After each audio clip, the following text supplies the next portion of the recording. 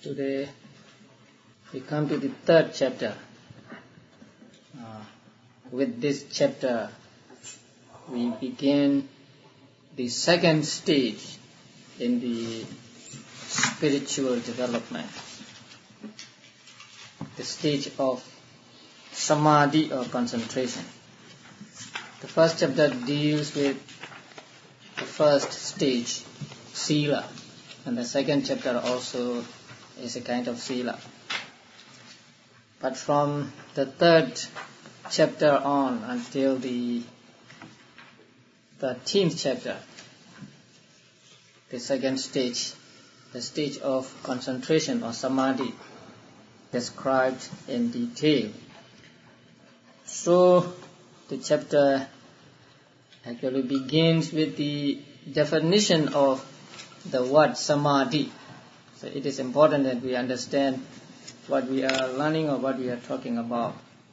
So samadhi, the word samadhi is translated as concentration. So in order to understand it properly, we have to go back to the Pali word samadhi. Now samadhi, the word samadhi is composed of sam and a and dha plus e. The word or the prefix sam here has two meanings. The first one is evenly. That means in a unifying way, without scattering. And the second meaning is rightly. That means without being distracted. And a and dha together mean putting or placing. So samadhi means placing without scattering, or placing, keeping them unified and undistracted. Placing what? Placing the consciousness and its concomitants, or the mental factors. Placing on what? On a single object. So samadhi is a mental factor. Samadhi is one among the 52 mental factors. Among the 52 mental factors, we call it one-pointedness of mind. In Pali, ekaggata. So ekaggata and samadhi are the same. They are synonymous. So samadhi is that mental factor which places consciousness and its concomitants on a single object without scattering them, keeping them unified and undistracted.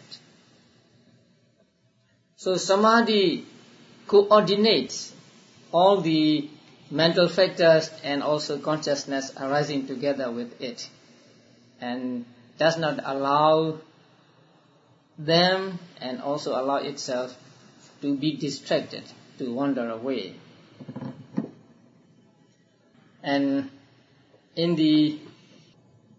not in this chapter, in another chapter of the Visuddhimagga, samadhi is described as the steadiness of mind, like the steadiness of a lamp's flame when there is no draft.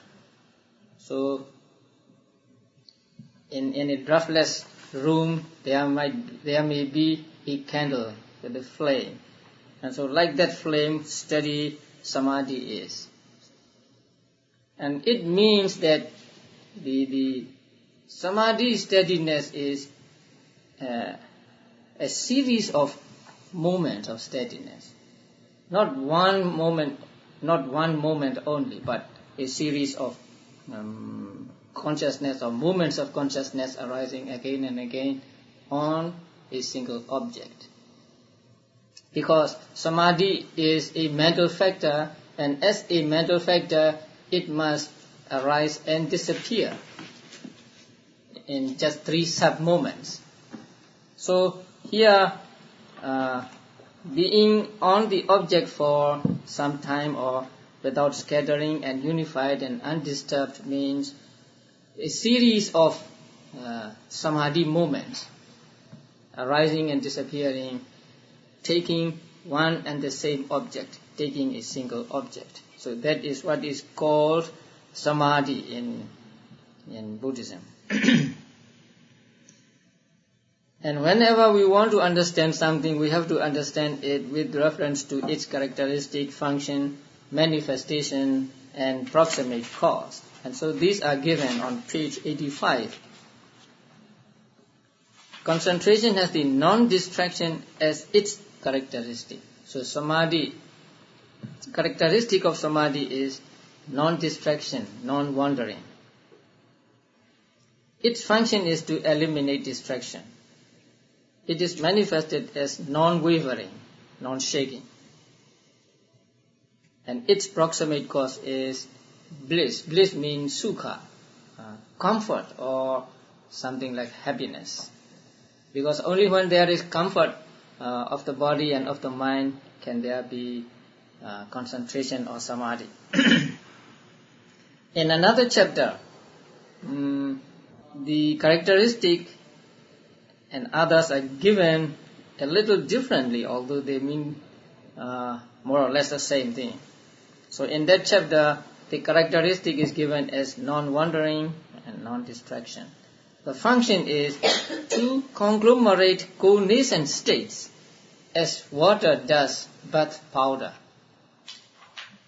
That means that you have some powder of flour and you put some water in it, and so the water coordinates and make them into one solid thing. So like water coordinating the particles of powder, samadhi coordinates or collects or does not let them scatter the concomitant arising with it, both consciousness and the cetasikas or mental factors. So it keeps together the consciousness and mental factors, not let them be scattered. And its manifestation is they are described as peace. Because when there is samadhi and there is peacefulness, and the proximate cause is again sukha, bliss. And then the author describes different kinds of concentration. First, it is of only one kind with reference to the characteristic of non-distraction. According to this characteristic, there is only one kind of samadhi. But then it can be of two kinds, 3, 4, and so on. So among them, the two kinds is excess concentration and absorption concentration. I think it is important to understand these two at least. Excess concentration and absorption concentration. Excess concentration means neighborhood concentration. It is in the neighborhood of jhana or magga. Therefore it is called neighborhood or excess concentration. Suppose a person practices kasina meditation, looking at a disc and taking it into his mind, remembering it or memorizing it. And when he has got the image in his mind, he is said to have got the grasped sign. And then he dwells upon this sign, this mental sign, mental image again and again, until that image becomes free from all defects, very pure. And at that time, he is said to gain the neighborhood concentration or excess concentration. It's a very, very strong concentration at that time. And this neighborhood or excess concentration precedes the absorption concentration or jhana concentration, and also magga, the path concentration. So that kind of concentration is called excess concentration or neighborhood concentration. And the other concentration immediately following that is called absorption concentration.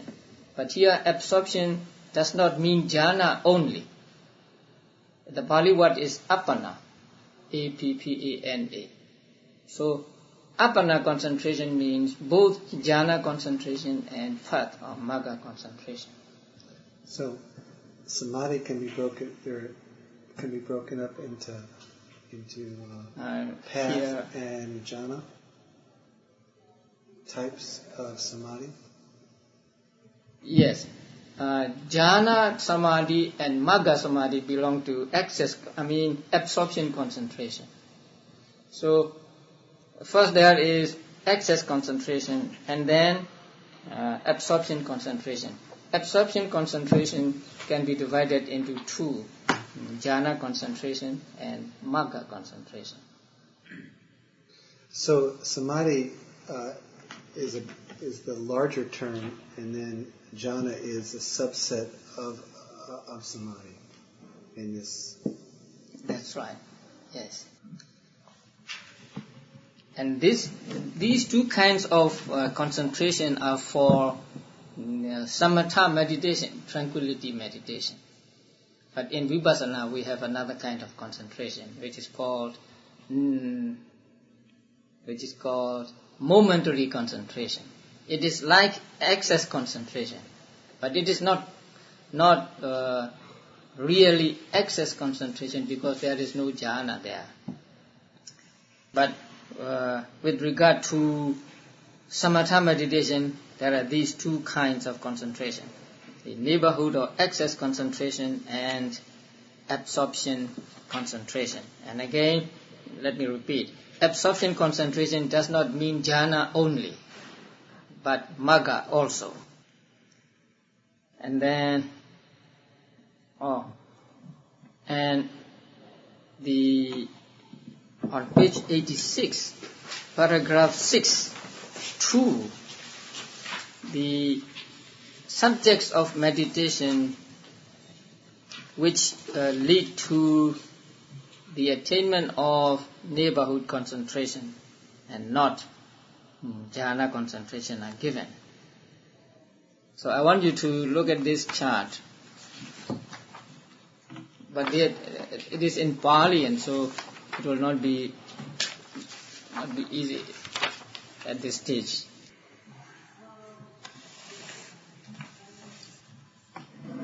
Now if you look at the chart, the last column, jhana. Now you can see that if you practice a particular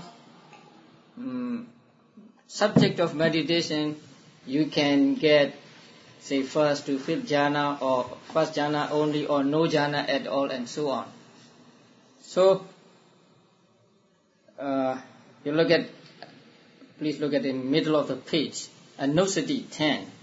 Now, Buddha Anusati means recollection of the virtues of the Buddha. If you practice that meditation, you will not get jhana. You will get only the excess concentration. But you will not get jhana concentration or jhana through the practice of that kind of meditation. So there are no jhana meditations like Dhammanusati, Sanghanusati, and so on. So in these subjects of meditation, you can get only the excess concentration and not absorption concentration. And this chart will be useful for the other chapters too. But unfortunately, I deliberately use Pali because it is shorter to use Pali words here. If you have to write in English, you have to say recollection of the virtues of the Buddha and so on. So I need space on the page. And the 40 subjects of meditation are given in this chapter later on. page 112. So you'll find the 40 subjects on 112 or 113 maybe. Yes. So you can check with that. Are they in the same order in the book that you have on your chart? More or less, let me see, maybe not strictly the same order. Let me see, 10 casinas, 10 foulness, 10 recollections, 4 divine abidings, 4 immaterial states, 1 perception, 1 defining. No. So, casina 10, right. And then 10 kinds of foulness, asubha 10. That's alright. 10 recollections, right. 4 divine abidings, yes, apamanya. 4 immaterial states are the last on the chart. Arupa 4, they are 4 immaterial states. And 1 perception means here sanya 1. And 1 defining means vavatana 1. So the 4 immaterial states are put at the end on the chart. The order on the chart are taken from the manual of Abhidhamma. And then the other kinds of samadhi like mundane, supramundane and so on. And with happiness, without happiness, with piti and without piti, accompanied by bliss, accompanied by equanimity and so on. In order to understand these divisions, you have to remember the jhanas, 5 jhanas. The first jhana is accompanied by initial application, sustained application, piti, sukha. Let me use Pali words here. Piti, sukha, and one-pointedness of mind. And the second is accompanied by sustained application and so on. And the third, piti, sukha, and one-pointedness. And the fourth jhana, sukha and one-pointedness. And fifth jhana, upekkha, indifference and one-pointedness of mind. And then, I hope you remember that jhanas can be 4 or 5. In the Sutta Pitaka, jhanas are described as 4. It is very rare that they are described as 5 in the suttas. But in Abhidhamma, they are described as both 4 and 5. So according to fourfold method, there are 4 jhanas. But according to fivefold method, there are 5 jhanas. But actually they are the same. The first of the fourfold method is the first of the fivefold method. The second of the fourfold method is the third of the fivefold method, and so on. So if you remember that, then you will understand these divisions. But if you don't worry.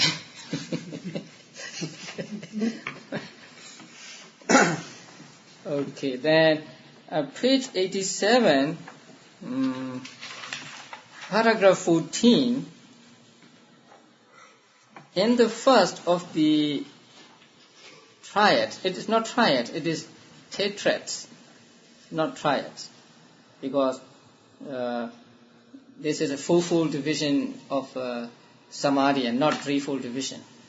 So tetrads, not triads. And of difficult progress and sluggish direct knowledge.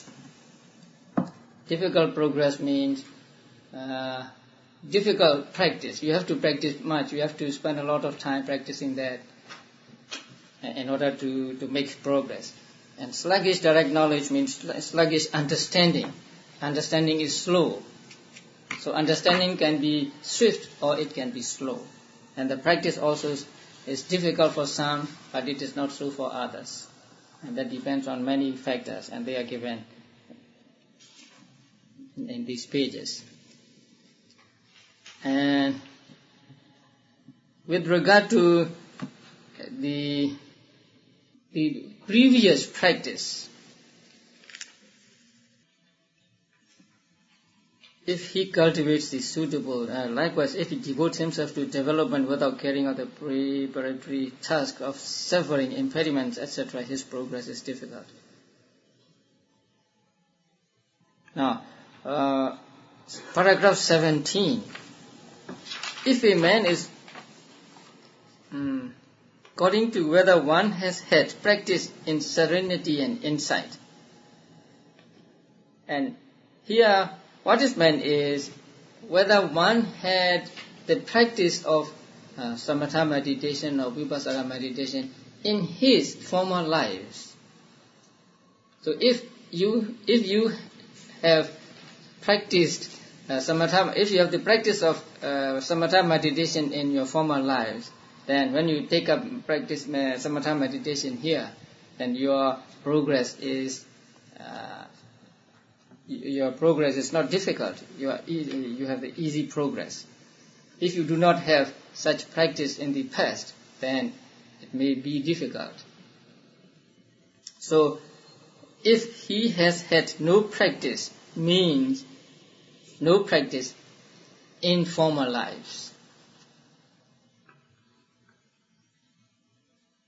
And then with regard to the defilements, sometimes some people have sharp defilements and some people have no, and so they are explained here.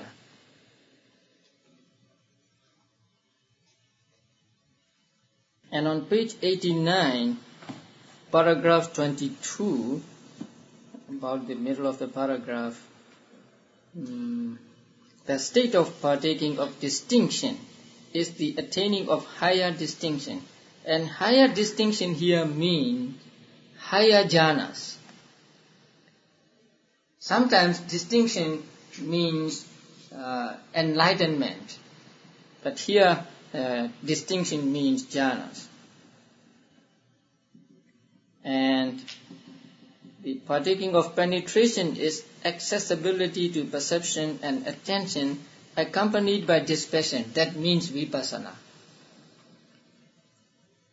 So partaking of penetration means leading to vipassana. And what is the partaking of diminution? And that means he doesn't practice it well, and so diminution means something like regression. You may lose the degree of concentration if you don't practice. So accessibility to opposition means the hindrances. So when hindrances are close to you, then your samadhi, you may lose samadhi. So that kind of samadhi is called partaking of diminution. And stagnation is just the samadhi does not regress and does not progress. It's only there, standing there, not making progress, and that is called partaking of stagnation. That is because the person cannot get rid of attachment to that samadhi. He is attached to samadhi, and so he cannot progress. He cannot make progress. And then, how should it be developed? This is an important part of this chapter. So, in order to practice meditation, the author described in detail how to prepare before you take up the real practice of meditation. So preparation should be done with meticulous care. And that is given on page 91 and paragraph 28. So developed by one who has taken his stand on virtue, that is quite purified in the way already stated. So the first thing a person must do in preparation for the practice of meditation is to purify his virtue, to purify his moral conduct. Then he should sever any of the 10 impediments that he may have. So the next thing is to sever impediments, to get rid of impediments. And they are said to be 10, and they will be described in detail. And then after severing the impediments, what must he do? He should then approach the good friend. That means he must find a teacher who can give him meditation subject, who can teach him meditation subject. So he must find a good friend or a teacher. And then he should apprehend from among the 40. Apprehend really means he should take a meditation subject. He should take from among the 40 meditation subjects one that suits his own temperament. So people have different temperaments, and there are meditations which are exceptionally suitable for a certain kind of temperament, and they will be given later. So it is good to choose a subject of meditation which is most suitable for one's own temperament. So taking up or studying about the meditation which suits one temperament. And after that he should avoid a monastery unfavorable to the development of concentration. That means he must find a suitable place for meditation. And for a monk, he must avoid unfavorable monasteries and live in a favorable monastery. Then he should sever the lesser impediments. Again, there are some lesser impediments, like cutting nails, or mending roads and so on. They are called lesser impediments. He must cut lesser impediments also. And then go into practice of meditation. So these have to be done before he goes into the real practice of meditation. So the first, to purify one's sila, to purify the moral conduct, is described in the first and the second chapters. And so the next one is to get rid of impediments. And so there are 10 kinds of impediments mentioned here. A dwelling place, family, and gain, class, and building too as fifth. The Pali word here is karma, like the word karma we are familiar with. But karma here means work. So building really means not building, but building work, or work to be done at the monastery. Yeah, building a monastery or mending the monastery, something like that. And then travel, and then relatives, and then affliction or disease, and then study or books, and supernormal powers. So these 10 are called impediments. So a person who wants to practice meditation after purifying the virtue must cut these impediments so that he can practice meditation without hindrance, without obstacles. So the first one is a dwelling place.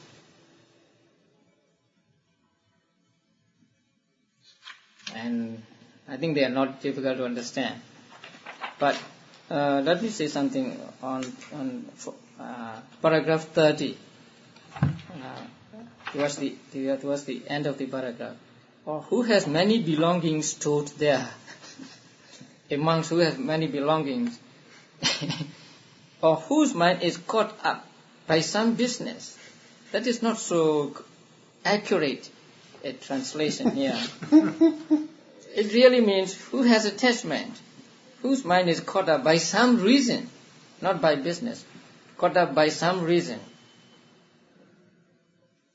Who has attachment to the dwelling place, to the monastery. For others, it is not an impediment. And then the story of two friends. Two clansmen left Anuradhapura, it seems, and eventually went forth at the Tubarama.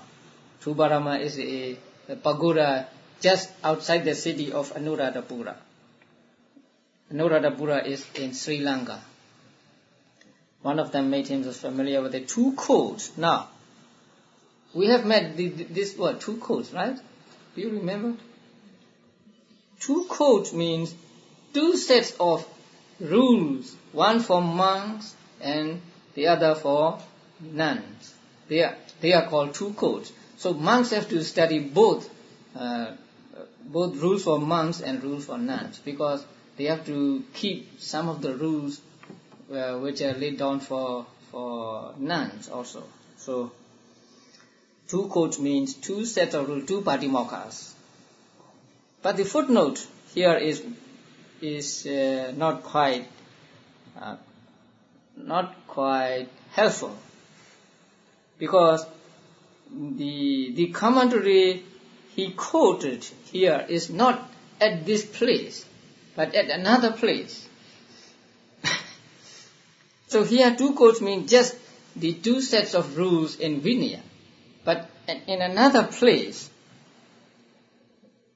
the observers of the codes, the words observers of the codes are commented upon by the sub-commentary as those who study both rules of Vinaya and Abhidhamma. Because at the beginning of Abhidhamma Pitaka, there is a portion called Madhika. Madhika means contents, or something like a list of the things to be explained in detail later. So the word Madhika comes to mean two things. One is the rules for monks and nuns, and the other is the first section in the first book of Abhidhamma. But here, after going forth, after becoming monks, they learned these two codes, these rules for monks and nuns. And then, after 5 years seniority, and he took part in the Pavarana and then left for the place called Pachina Migadaya and so on, Pachina Khandaraji and so on. So, here, two codes means just two sets of rules.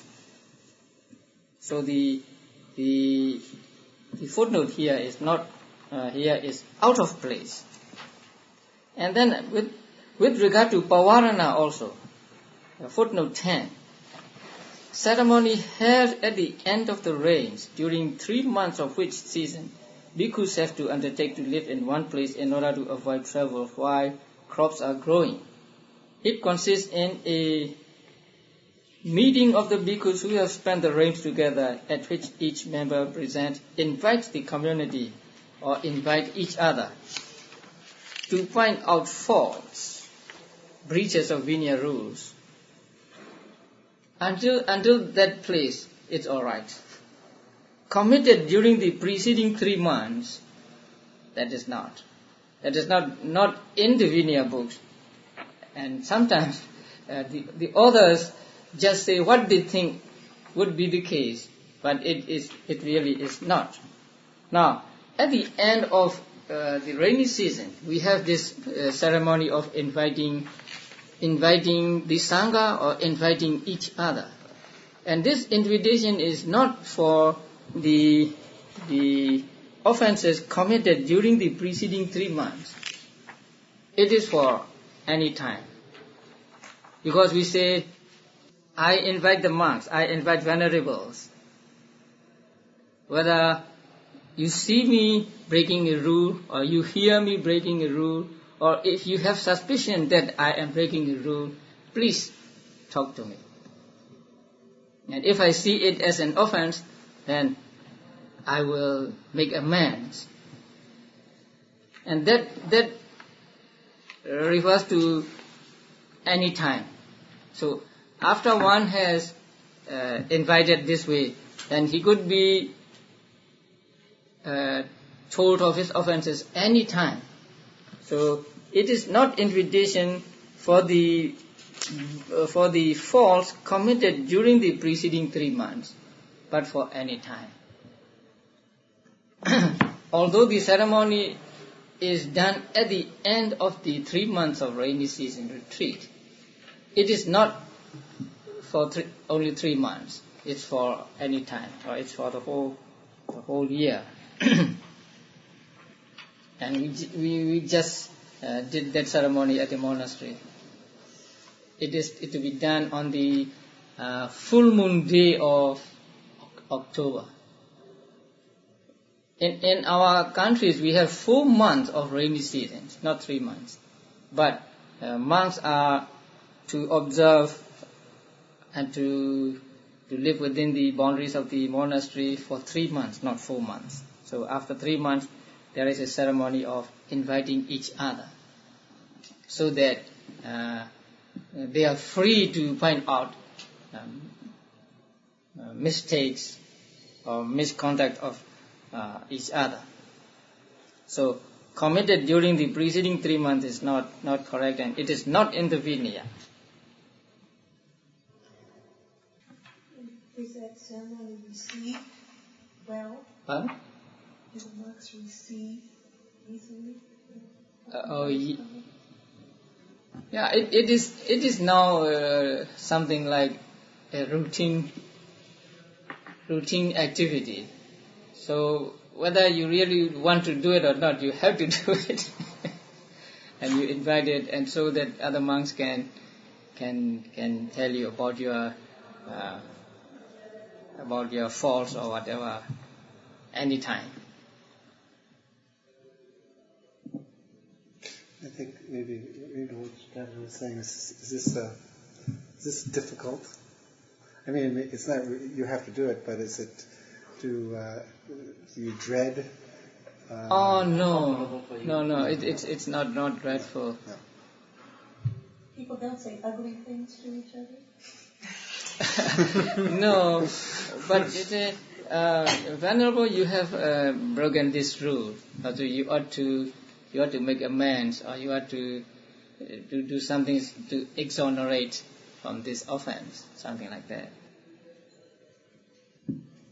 This way, monks help each other to have good conduct and to get rid of offenses if there are any. Sometimes a person may not be conscious of what he is doing. Suppose I'm eating and I eat until say 10 past 12 or 15 past 12, but I was not aware of that. Then other monk will say to me, when you ate today it was past 12, something like that. Then I broke the rule in that case, so I must make confession about that. The first one is about dwelling. So the other monk has many things brought with him when he visited the Anuradhapura. Now family, the next one. And in paragraph 36, as in the case of the young bhikkhu, the nephew of the elder who lived at the Gorandaka monastery, he went to, not we. What do you have there? We or he? He. Oh, this book has we. So he went to Rohana for instructions. That's correct. So these are the stories, inspiring stories. And then paragraph 43 about gain. Gain is the 4 requisites. So gain means what monks get as the donation from lay people. So these requisites are called gain.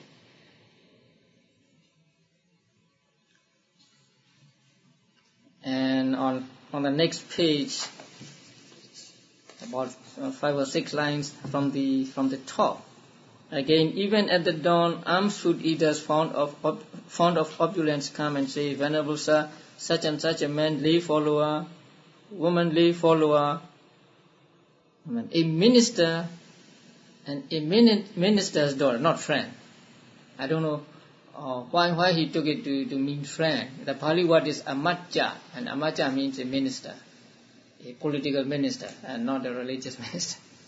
So Instead of friend, we should have a minister, and friend's daughter, we should have a minister's daughter. Wants to see you, and so on.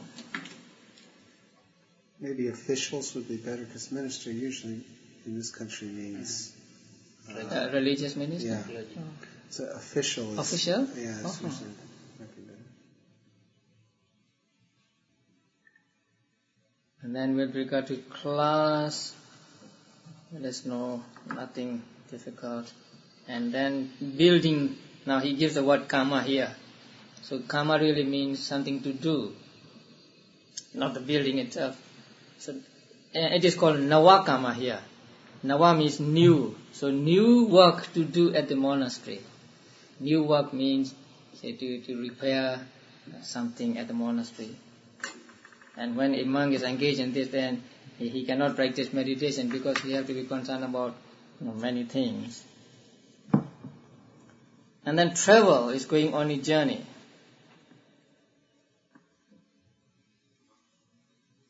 If someone is expected to give the going food somewhere else,